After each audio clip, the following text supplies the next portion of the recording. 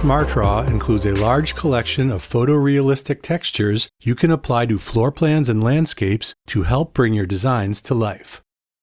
Adding textures to your flooring, wall finishes, and countertops will give clients and collaborators a more accurate sense of how the final product will look and feel.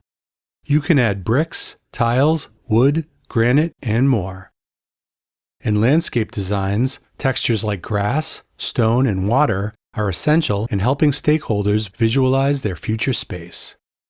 To apply a texture fill to a shape, select the Textures option from the Fill menu under the Home tab.